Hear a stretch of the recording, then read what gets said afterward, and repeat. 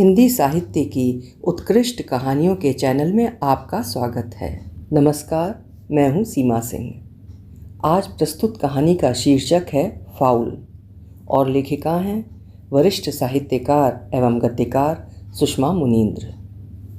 सुषमा मुनींद्र जी एक श्रेष्ठ लेखिका हैं। उनकी कहानियाँ समाज का आईना तो हैं ही, उसे एक सार्थक, सहज, सुंदर दिशा भी देती हैं। तो सुनिए कहानी मेरी आवाज़ में। अभिज्ञान को लगता है वो प्रकारांतर में सिर्फ सोचता आ रहा है। उसने जो काम सबसे अधिक किया है वो है सोचने का, बल्कि अब तक कुछ नहीं किया है सिवाय सोचने के। जब नई नई जवानी के दिन थे तब सोचता था। गुलेरी की कहानी उसने कहा था कि हरे रंग की शालू वाली एक उसकी ज़िंदगी में भी आए। तो वो आई जब वो इस विकासशील नगर के सुस्थापित अधिवक्ता अयोध्या प्रसाद के अंडर में वकालत सीख रहा था। अयोध्या प्रसाद जी के चैम्बर में उस वक्त 5 जूनियर थे, 4 लड़के और 5वीं वही, जो अंततः हरे रंग की शालू वाली निकली। चारों लड़के उस पर समान रूप से फिदा थे, पर वो अभिज्ञान पर फिदा हुई। अभिज्ञान इसे एक उपलब्धि की तरह देखता था। पर शायद सभी हरे रंग की शालू वालियाँ एक सी किस्मत लिखाकर लाती हैं। इस प्रकरण में इतनी भर विविधता हुई कि कुड़माई शालू वाली की नहीं, अभिज्ञान की हो गई। जैसा कि आरंभ में ही स्पष्ट किया गया है, अभिज्ञान प्रकारांतर से सोचता आ रहा है, तो उसने सोचा कुड़माई का कड़ा विरोध करेगा। नहीं कर पाया, बल्कि उसे लगता है उसने उस तरह विरोध नहीं किया जिस तरह सोचा था, या कि विरोध तो उसी तरह किया पर घर वाले सुनते कब हैं। उसे लगता है वो 3 भाइयों व 1 बहन में सबसे बड़ा है, पर उसकी हमेशा कम सुनी गई है। कारण साफ है। मझला भाई ध्वज MD कर रहा है। छोटा भाई धर्म MBA करके अभी एक मल्टीनेशनल कंपनी में आकर्षक वेतन पर लगा था, जबकि अभिज्ञान ने कुछ खास न कर दिखाया था, जिसका परिणाम पूरा परिवार भुगत रहा था। दोनों छोटे भाइयों के लिए शानदार वैवाहिक प्रस्ताव निरंतर आ रहे थे, जबकि अभिज्ञान के लिए प्रस्ताव आ ही नहीं रहे थे, और जो आ रहे थे उस गौरव को कम कर देते थे जो इस परिवार को दोनों छोटे लड़कों के कारण प्राप्त हो रहा था। ऐसी संवेदनशील स्थिति में भाग्य से आए मनीषी के प्रस्ताव पर बाबूजी ने जो अभिव्यक्ति दी, उससे अभिज्ञान ठीक ठीक पता न लगा सका वे प्रसन्न हुए या नहीं। अभिज्ञान, बेवकूफ़ी छोड़ो और हमें कुछ जीने दो। अभिज्ञान अकबका गया। उसने बाबूजी को जीने से कब रोका? बाबूजी जारी थे, क्या ये शोभा देता है एक तुम्हारी वजह से मैं उन बड़े बड़े लोगों को उत्तर न दूं जो ध्वज और धर्म के लिए आ रहे हैं? तो ध्वज और धर्म की शादी कीजिए। बड़ा बैठा रहे और छोटों की शादी हो जाए तो इस खानदान की प्रतिष्ठा बची रहेगी। तो पहले मेरी कर दीजिए सुहानी से। ये नहीं होगा। निम्न वर्ग की लड़की विप्र कुल में नहीं आएगी, और तुम इश्क में निकम्मे न बनो। बड़े इंतज़ार के बाद ये जो प्रस्ताव आया है इसकी कद्र करो। मैं नहीं जानता था अयोध्या प्रसाद के चैम्बर में वकालत नहीं इश्क सिखाया जाता है। तुम्हारा कैरेक्टर खराब हो गया। तो बाबूजी, मेरे जैसे खराब कैरेक्टर को किसी भली लड़की पर क्यों थोपते हैं? ताकि तुम्हें सुहानी जैसी खराब कैरेक्टर की सोहबत से दूर रखा जा सके। अम्मा उसके बचाव में आगे आईं तो बाबूजी ने उन्हें भी हुरपेट दिया। ये तुम्हारा बिगाड़ा हुआ है। अम्मा ने इतना भर कहा, ऐसा भी नहीं बिगड़ गया है, संभल जाएगा। संभलेगा तब जब कुछ पॉजिटिव सोचेगा। इसके विचार कितने खराब हो गए हैं। अभिज्ञान क्या क्या तो सोच रहा था। वो और सुहानी जल्दी से अयोध्या प्रसाद से अलग होकर पार्टनरशिप में स्वतंत्र वकालत शुरू करेंगे, विवाह करेंगे, और ये कि दुनिया को मुट्ठी में कर लेंगे। और यहाँ पता नहीं क्या हुआ जा रहा था। उसे अयोध्या प्रसाद की बात याद आई थी, think globally but act locally.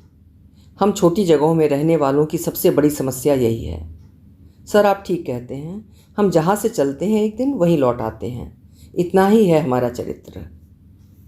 वो पता नहीं कितना कुछ सोचता रहा, और एक रात जब पता नहीं कितना बजा था तब बहन ने उसे उसके कमरे में ठेल दिया, इस उम्मीद के साथ कि घर में जबरन बस जाने वाली फाख्ता से भी मोह हो जाता है। मनीषी तो कमनीय कन्या है। वो ठिठका रहा, क्या करे अब इस मनीषी नाम की परिणीता का? कैसे बात करे, कैसे स्वीकारे? पर मनीषी ज़हीन निकली। वो सो चुकी थी।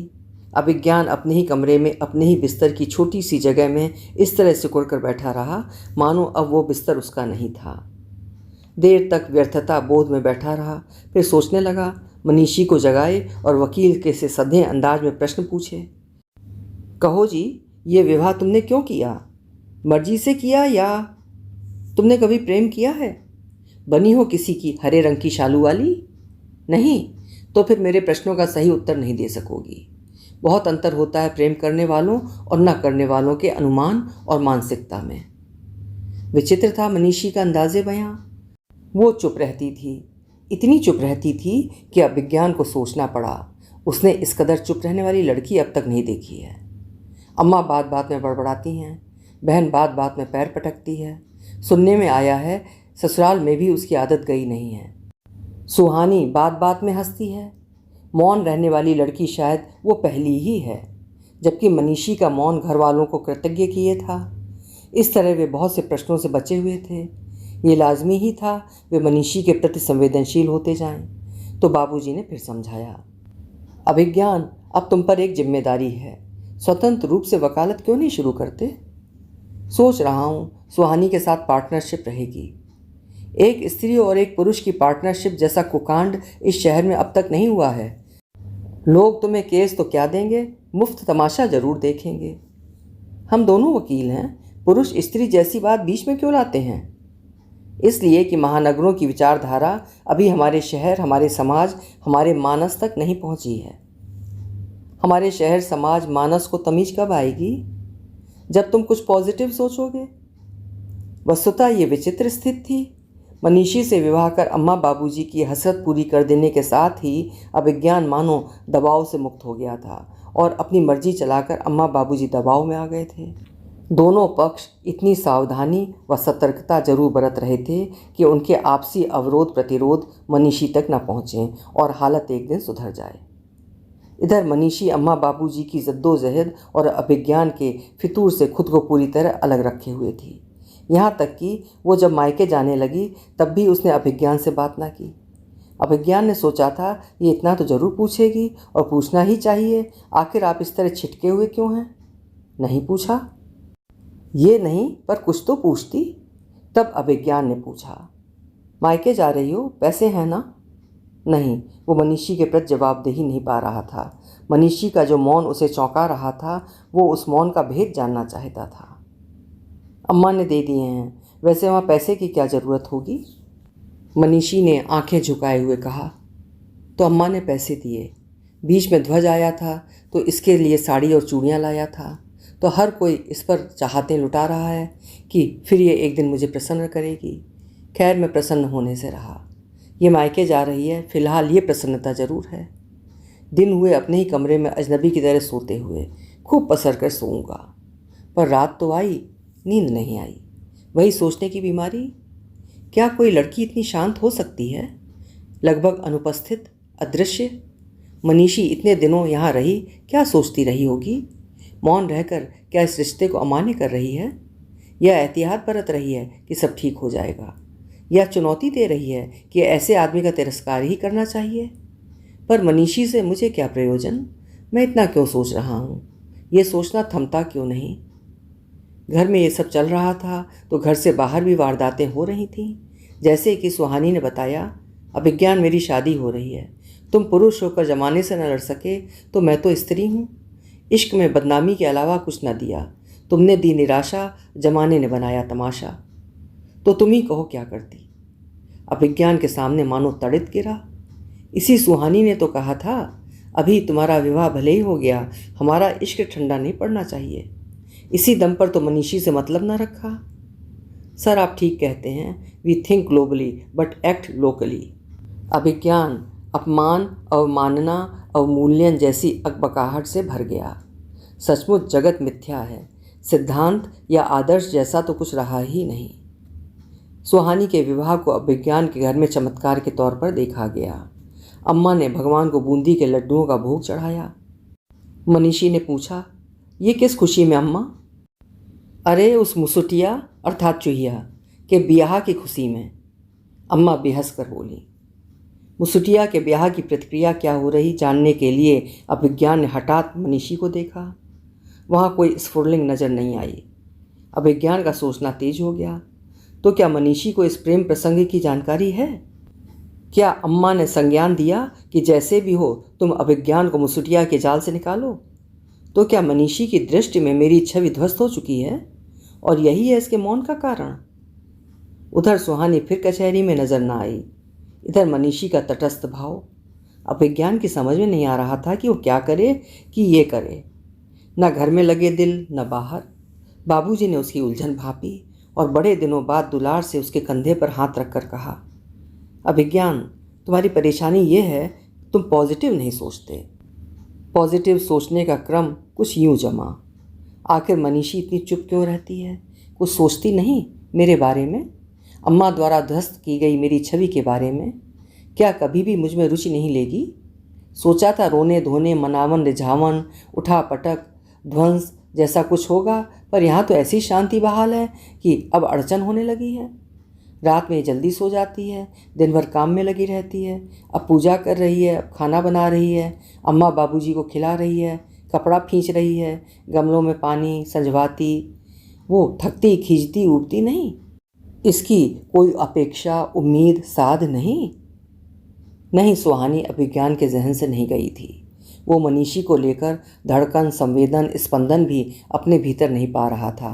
पर पता नहीं क्यों चाहने लगा था मनीषी इस तरह तुच्छ बनकर न रहे, बल्कि कायदे से रहे। तो अम्मा से बोला, अम्मा ऐसे तो ये बीमार हो जाएगी, थोड़ा भी आराम नहीं करती। तो तुम्हें मनीषी की फिक्र होने लगी? अम्मा हंसी। फिक्र की क्या बात?